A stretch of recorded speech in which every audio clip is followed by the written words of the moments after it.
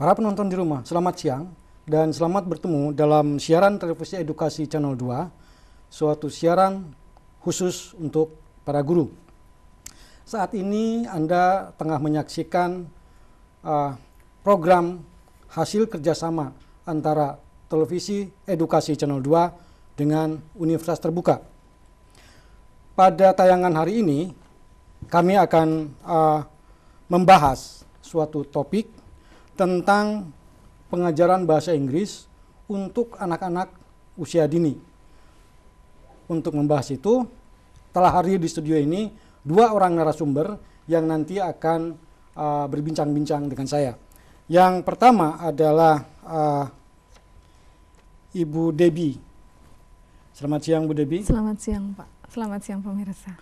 Ibu Debbie ini adalah guru taman kanak-kanak ya? Betul, Pak. Dan saat ini Ibu Debbie masih kuliah di Universitas Terbuka ya? Betul.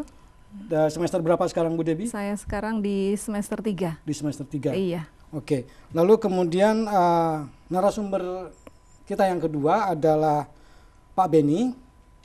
Pak Beni ini adalah dosen dari Universitas Terbuka. Selamat siang, Pak Beni. Selamat siang.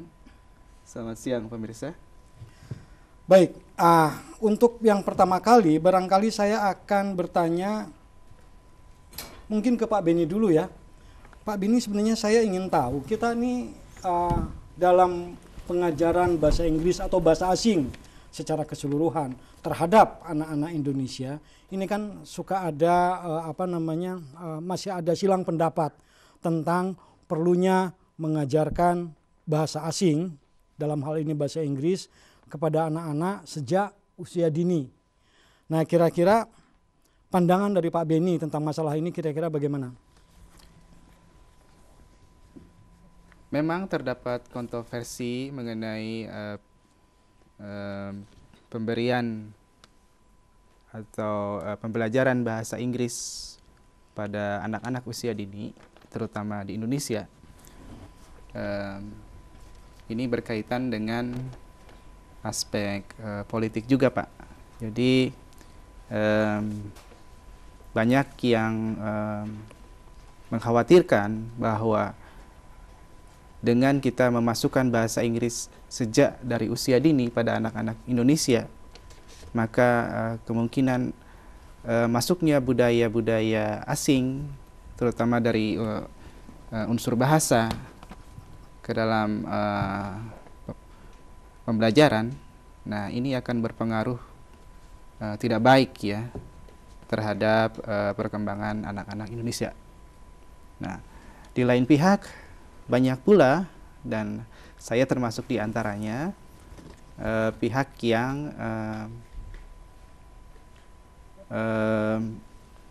menyetujui atau mendukung diajarkannya bahasa Inggris sejak usia dini.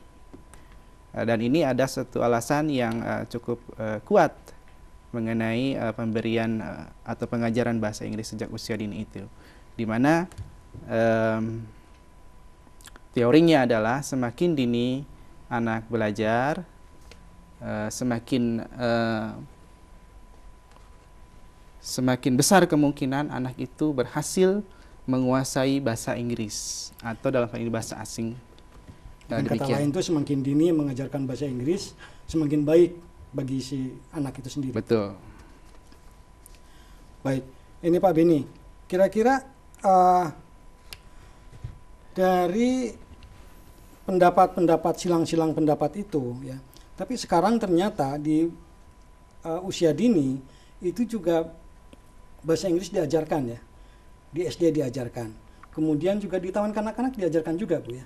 Betul. Nah, bagaimana Bu di taman kanak-kanak itu pengajaran bahasa Inggrisnya?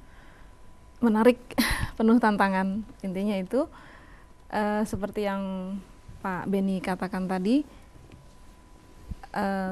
sangatlah baik ya Pak ya, seandainya dimulai sejak usia dini, karena seperti kertas kosong, kita bisa menuliskan apa saja pada kertas kosong itu, termasuk bahasa, dan hal pertama yang anak-anak terima, dan itulah yang akan terekam dengan baik oleh anak-anak. Terlebih lagi bahasa yang dianggap bahasa asing ya. Ya. Nah, itu alangkah baiknya memang diperkenalkan sejak usia dini. Begitu, Pak. Ke Pak Beni lagi. Pak Beni di UT itu di program PG PAUD, di salah satu kurikulumnya itu juga ada bahasa Inggris. Kira-kira kemana arah pengajaran bahasa Inggris atau mata kuliah bahasa Inggris yang ada di PG PAUD?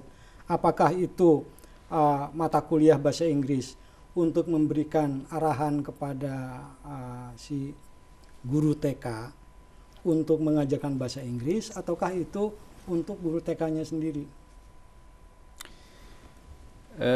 Arah dari mata kuliah bahasa Inggris di PGTK itu memang tidak mengarah langsung kepada peningkatan kualitas pembelajaran bahasa Inggris di TK.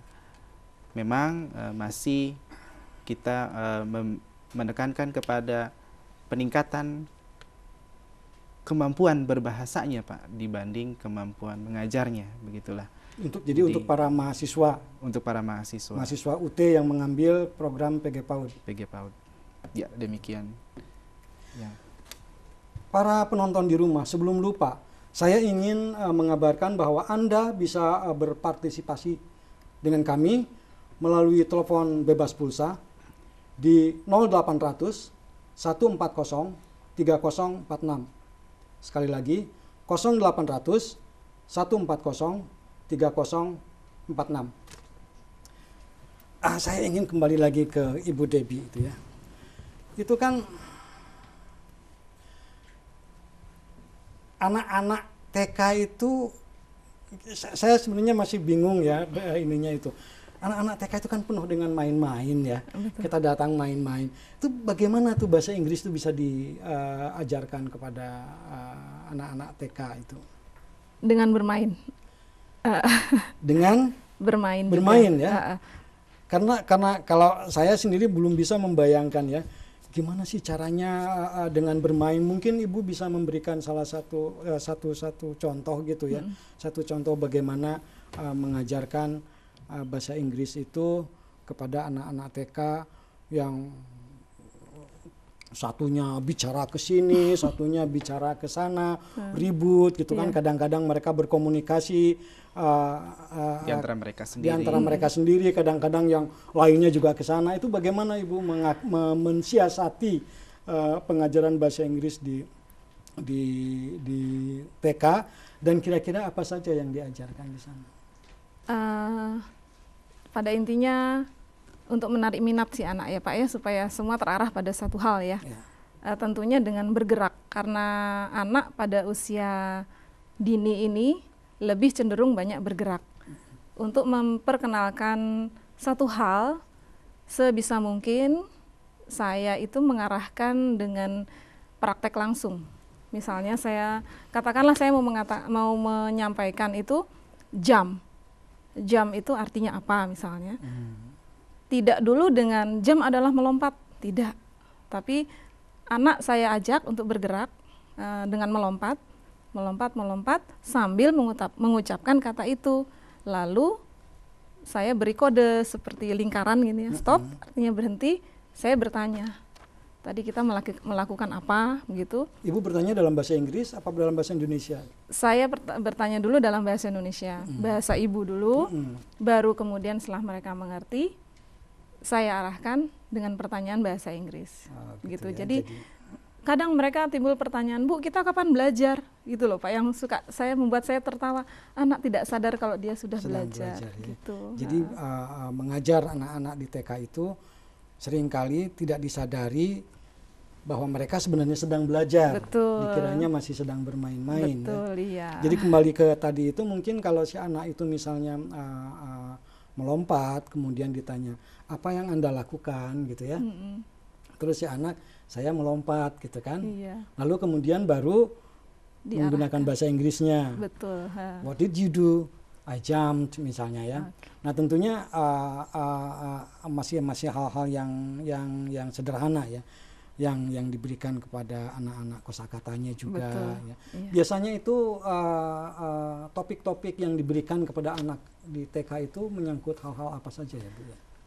Hal pertama yang saya pegang, prinsip pertama yang saya pegang, anak harus mengenal dulu bahasa ibunya. Begitu. Anak mengenal bahasa Iya.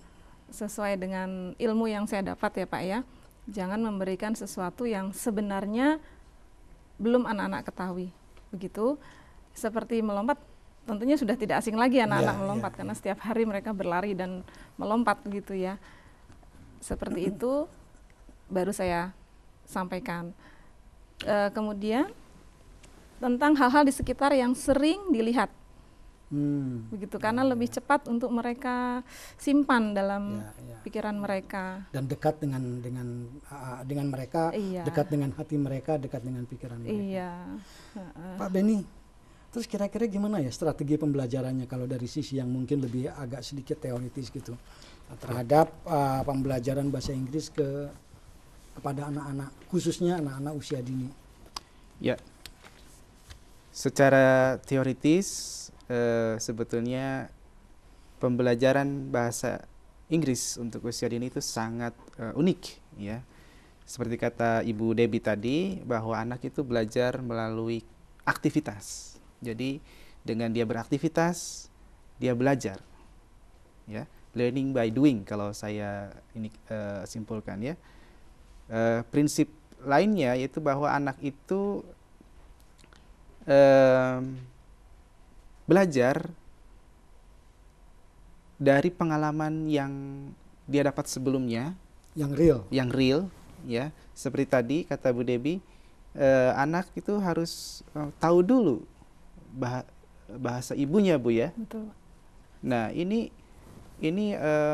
menguatkan atau membantah bahwa bahasa Inggris, pengenalan bahasa Inggris pada usia dini bisa merusak bahasa Indonesia. Oh begitu. Ya, ini sangat tidak benar ya.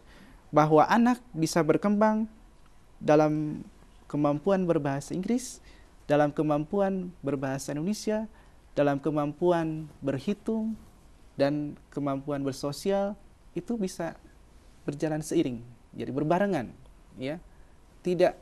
Tidak saling interferensi ya. Jadi masing-masing itu berkembang. Itu adalah di antara beberapa prinsip pembelajaran bahasa Inggris untuk usia dini. Hal lainnya ya mungkin kita ketahui bahwa anak itu sangat susah untuk berkonsentrasi, Pak.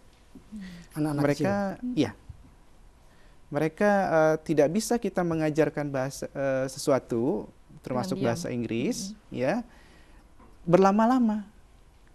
Jadi kegiatannya singkat saja, Pak. Gitu ya. Singkat, kemudian mereka mengerjakan, pindah lagi ke aktivitas yang lain. Begitu Bu ya. Jadi betul, tidak mungkin mengajarkan misalnya ada kurikulumnya mengajarkan hari ini belajar bahasa Inggris 45 menit itu. Enggak ada gitu ya. Enggak. Kalau kurikulum sebetulnya harusnya ada. Harusnya ada ya. Itu formal suatu pembelajaran begitu pentingnya itu kurikulum sebetulnya harus ada. Tetapi dari sisi guru ini yang sangat menentukan bagi pembelajaran di usia dini Bu ya. Betul.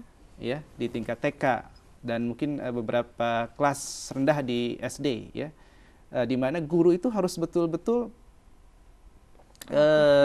bisa kreatif. Betul. Ya. Bisa menghidupkan kelas ya. Karena pada usia-usia itu anak itu betul-betul mengidolakan gurunya. Ya. Contoh orang tua kalau kita, wah ini salah. Yang betul kata ibu guru, pak guru, ya. Mereka lebih percaya pada pak gurunya atau ibu gurunya. Lebih bahkan orang tuanya disalahkan, bapak salah, disalahkan, bapak salah, katanya begitu, ya. Menariknya ya. Nah sekarang ini kita kembali lagi ke ibu lagi Bu ya. Yang menarik ini kan tadi itu bahwa mengajarkan bahasa Inggris juga itu jangan sampai terlalu lama gitu ya. Betul. Jadi tentunya di TK itu waktu ibu mengajarkan bahasa Inggris itu pun mungkin gimana ya? Apa ada diselip-selip di antara kegiatan-kegiatan bermain atau bagaimana ininya? Saya ada waktu tersendiri untuk khusus untuk intra bahasa Inggris, memang ada. Tapi saya juga pesan ke anak-anak, kalau kamu sudah ingat, tolong ucapkan kata-kata itu. Di kelas ada pensil, sudah tahu bahasa Inggrisnya, ucapkan pencil. Sedang ke pasar ada buah jeruk misalnya, ucapkan orange. Jadi learning by doing seperti Pak Beni bilang tadi, itu lebih apa ya? Efektif. Ya, efektif hasilnya. Begitu, Pak. Nah.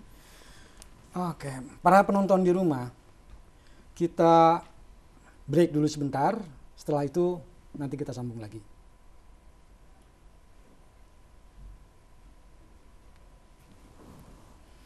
Apalagi nih? Pak, ayo semangat lagi ya, Pak. Bawa air. Dingin. Sambil bercanda juga boleh, Pak.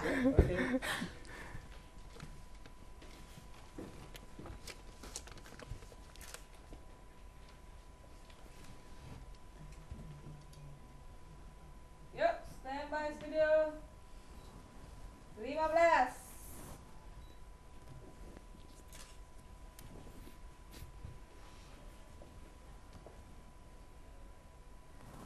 Lima, 4, 3. Para penonton di rumah, sebelum kita lanjutkan, saya ingin mengingatkan Anda untuk kalau Anda ingin berpartisipasi dalam program kami, Anda bisa menghubungi melalui telepon bebas pulsa di 0800 140 3046. Sekali lagi, 0800 140 3046. Ibu Debbie sebagai mahasiswa Universitas Terbuka ya, selain mengajar di TK juga sekarang sedang sekolah di Universitas Terbuka. Itu dapat pelajaran bahasa Inggris nggak? Dapat, Pak. Dapat ya? Tentu dapat. Nah, Da- ada. Dari UT ya? Iya, Dari betul. UT. Nah. Itu sudah mengambil Sudah baru semester yang lalu, semester 2. semester 2. Iya. Dapat nilai bagus ya, Bu ya? Ah, Dapat A ya? Betul. Wow, itu bagus sekali itu ya. Nah, itu kalau bahasa Inggris yang Ibu pelajari dari UT, apakah bahasa Inggris itu untuk mengajarkan bahasa Inggris kepada anak usia dini, ataukah itu bahasa Inggris untuk Ibu sendiri sebagai mahasiswa? oke. Menurut saya ya, ini pendapat saya, dua hal tersebut tercakup untuk guru sendiri ataupun untuk anak. Gitu ya? Gitu, iya. Kalau saya lihat dari modul UT itu memang ada grammar, ada kata-kata singkat ya, kalimat-kalimat singkat yang bisa disampaikan ke anak. Ke anak. Jadi bagaimana supaya guru tidak salah menyampaikan secara tata bahasa. Mungkin itu contoh-contoh yang ada di modul, Pak. Ya, gitu. Terus lalu seperti apa sih, kata apa sih yang kok gampang sekali diterima anak, begitu Pak. Jadi dua hal tersebut saya dapatkan. Ya. Jadi itu bisa untuk Ibu sendiri sebagai mahasiswa, tetapi di dalamnya juga ada materi-materi yang bisa Ibu gunakan untuk anak-anak. Iya, seperti itu. Nah, sekarang yang timbul karena tadi juga disebut-sebut di situ ada grammarnya gitu ya, ada structure gitu apa. Nah, bagaimana ya? Apakah anak-anak di TK juga sudah diajarkan grammarnya? Sebenarnya secara tidak langsung ya Pak ya. Misalnya mengatakan ini adalah pensil, seperti itu. Tidak mungkin terbalik-balik. Is a pencil this, misalnya seperti itu. Tentu kita dengan urutan sesuai dengan tata bahasa yang benar. Tapi langsung dipraktekkan begitu ya. Betul, dengan bendanya. Mereka tidak tahu nama dari satu grammar, tidak. Ya. Mereka hanya tahu bahwa itu menggunakannya begitu, ya. This is a pencil. Mereka tidak tahu bahwa itu this itu apa kata ganti penunjuk. Mereka nggak tahu. Mereka tidak tahu. Bahkan Jadi, bertanya pun tidak ya. Yang penting bahwa mereka itu bisa menggunakan bahasa itu dan mengerti maksudnya ya dan Pak mengerti ya? maksudnya tentu saja.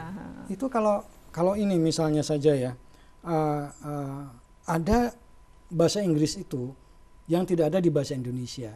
Seperti misalnya kata kerja untuk waktu lampau itu kan nggak ada. Itu apakah juga diajarkan di TK itu? Mungkin Untuk Pak Beni coba. Untuk katakanlah past tense di bahasa Inggris ya, ini hal yang kebetulan tidak terdapat atau tidak seperti dalam bahasa Indonesia. Ini cukup rumit ya, ini cukup kompleks untuk diajarkan di usia dini ya. Karena mereka itu masih berpikir konkret, Pak. Ya. Betul, belum What they abstrak, see and what they touch, Dan that yang is what konkret they itu- learn. Jadi apa yang mereka lihat, apa yang mereka pegang, itulah yang mereka pelajari. Ya. Dan Ya. yang konkret itu Yang bagi konkret. anak-anak itu adalah yang present ya. Iya. Iya. Jadi tidak mungkin, kayaknya mungkin kita belum akan, dan mungkin juga anak-anak misalnya saja dia melihat Pak Guru tadi dia tetap aja mengatakannya I see gitu ya, mungkin tidak akan dengan I saw gitu ya. Tidak. Jadi masalah-masalah grammar itu mungkin juga untuk di TK tidak terlalu Tidak. ini kan. Tidak terlalu, ya mungkin Bukan berarti tidak ada ya, Bu ya. bukan berarti tidak ada.